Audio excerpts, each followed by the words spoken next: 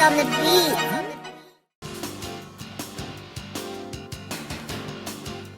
It was up, it was down, it was here, it was there, it was everywhere. 16th ranked Syracuse football's battle with 5th ranked Clemson this past weekend was a roller coaster. Welcome to NCC Sports. I'm John Eads. Well, it's pretty quiet and lifeless here at Acrisure Stadium. All you might be able to hear are a couple of leaf blowers, and that's a microcosm of what Syracuse's offense did today in a 19-9 loss to Pittsburgh on the road. Syracuse held the season lows in points, yards. Look at a stat sheet. Look at whatever you want. It's probably a season low for Syracuse offensively today. No game for Syracuse football this week, but hey, sometimes we all need a breath of fresh air. Welcome to Sports. I'm John Eads. SU is rolling. A 5-0 start, weekly shout-outs from Robert Griffin III on social media, and ranked status for the first time in 3 years. Big reason why Syracuse is off to a perfect 5-0 start for the first time since 1987. In that year, you could take one of these to the gas station and get a gallon of gas. But throw the records out the window because SU is only halfway through its schedule this season. Now, Slider thanks Jimmy B on the next possession. The Cornell transfer dared to pull. Bang! You always got to watch out for those cats, Calvin. Now here in the 2010s, Syracuse did not make a bowl game very often, but when it did, chose Dos Equis. It's the first matchup between two ranked football teams in the Dome since 2001. Now, for reference, that was the year I was born. Before we look ahead to the Thanksgiving turkey, Syracuse has to work through a spooky Saturday showdown with the Fighting Irish. Of course, there's no NBA team in Syracuse in 2022. That would be what we call a shot clock violation. That's what changed the game back in the 50s and continues to change the game here today. Let's head to the Diamond now because it's October. The leaves have changed, and it's time for some playoff baseball. The Mets embark on postseason play for the first time since 2016, but the last time New York made it to this stage, it fell in this exact same game, the NL wildcard. On the note of 2016, that's the last year that Coach Boeheim and company advanced to the Final Four. But forget the national semifinals. The Cuse is just trying to stay in the loop for some dancing shoes at all. Now, a win against Boston College would certainly help SU's prospects in that quest. Second meeting in the span of 11 days between SU and BC. The Cuse took the first battle 73-64 in Chestnut Hill. Cole Swider tied his SU career high with 21 points in that first date. Productive again on Saturday with 18. Joe Girard got involved early as well. The triple put the Cuse in control 9-4 3 minutes in. The three ball, not the story of the first half, though. It was points off of turnovers. SU tallied 17 points on a dozen BC giveaways. The Eagles sticking around, though. DeMar Langford connects on a 16-footer, 21-13 Cuse midway through the first half. But then Jimmy Boeheim says, all right, guys, I've got this. One of 3 buckets in the matter of 1 minute. And then Cole Swider caps off SU's solid close in the first frame. 36-21 Orange on top through the first 20.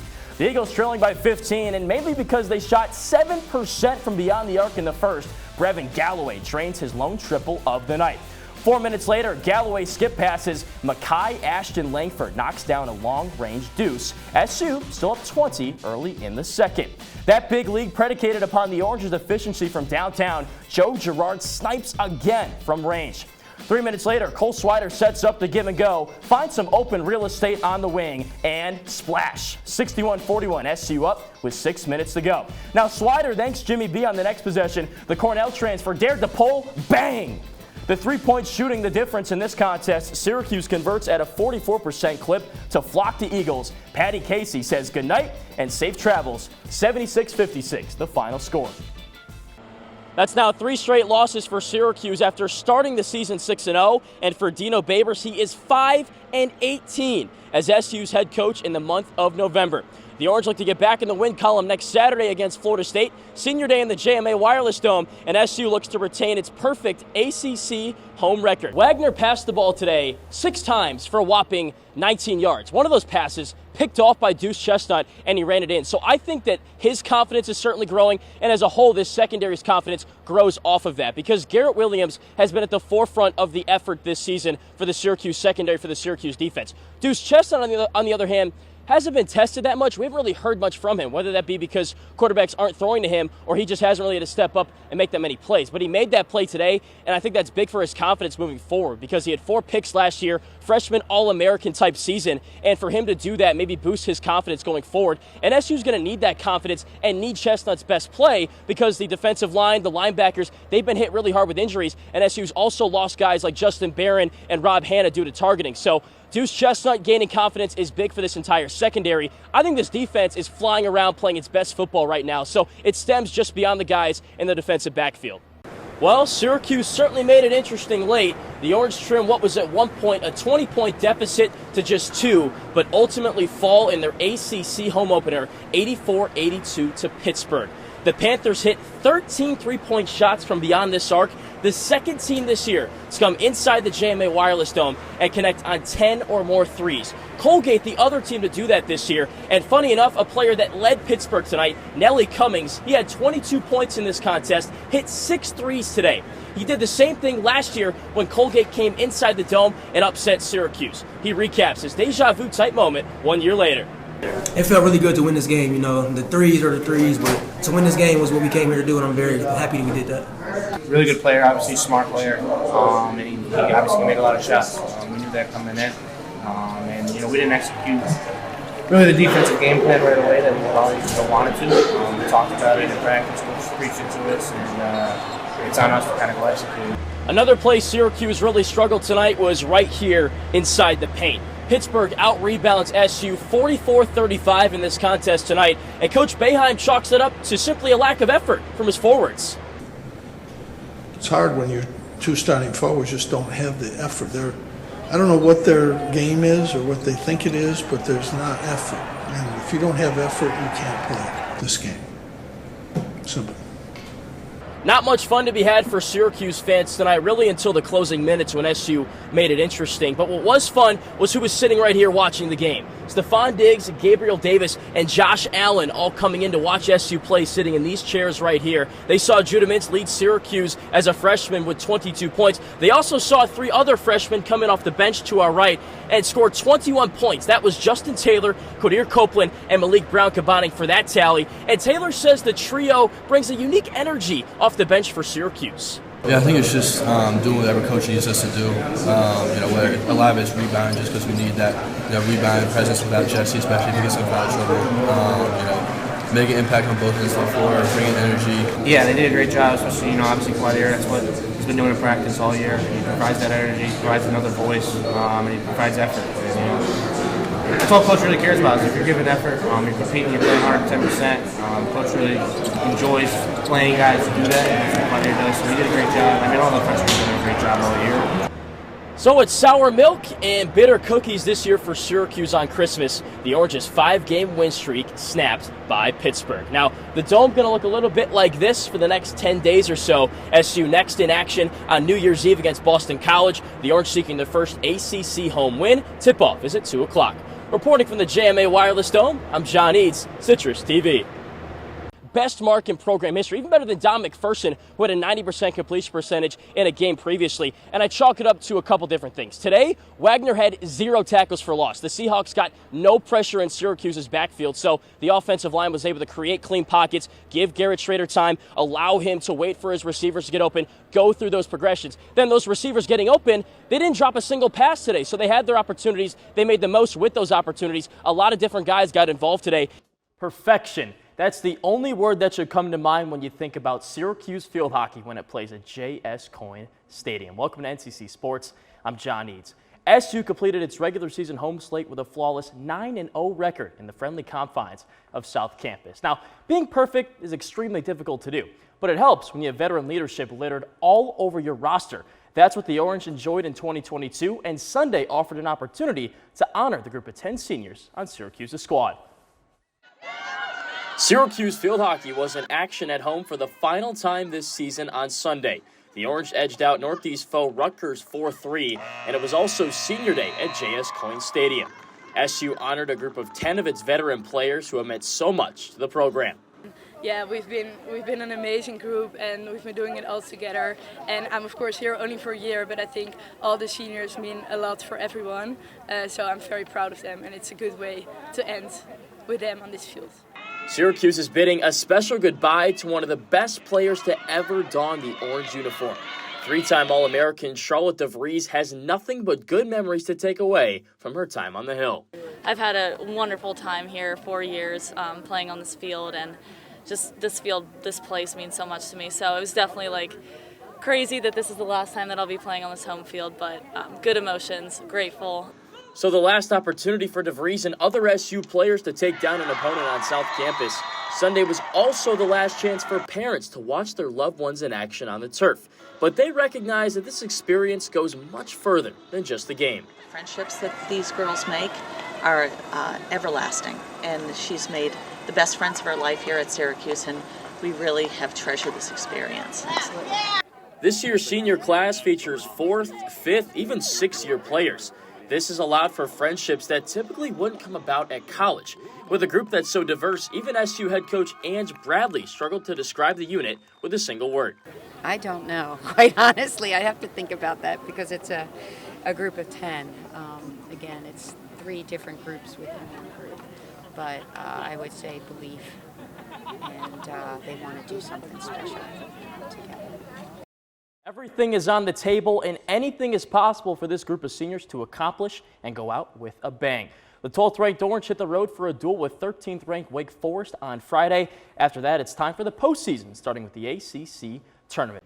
Yeah, Calvin, I'd never seen anything like that in my entire life. 15-minute quarters to 10-minute quarters. The word on the street and what Coach Babers told us after the game is that he and Wagner's head coach Tom Masella came to a mutual agreement at halftime to shorten the quarters, change them from 15 to 10. And I guess Coach Masella is a big Syracuse fan because this team has been ravaged with injuries already. So the Orange really would benefit from anything to shorten the quarters. They had that scary moment with Sean Tucker in the third quarter where he went down. He was able to walk off under his own power, but it was a win-win for both teams. SU was up 49-0 at the half, so to shorten the halves, get Wagner out of here, and for Syracuse to get out of here clean, injury-free, it was good. But it was also insane to see because I'd never seen anything like that before, and I've been to so many college football games in my lifetime. Now let's go back down to South Carolina because SU football isn't the only team putting in work against Clemson. The Q's volleyball team also involved with a battle against the Tigers. This is the second straight week that the Orange are on the road, and SU is 3-3 away from the 3-1-5 this season.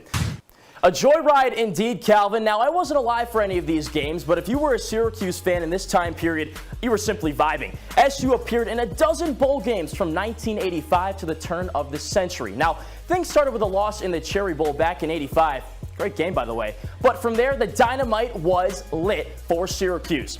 The ride wasn't sugar sweet to start, but then SU went on a roll. SU wins 7 straight bowl games, including 3 in back-to-back years between '89 and '90. Coach Dick McPherson responsible for that trio of postseason dubs. Then Paul Pasqualoni carried the mantle between '92 and '96. W's over the Ohio State in the '92 Hall of Fame Bowl and Colorado just 3 years removed from a national title in '93.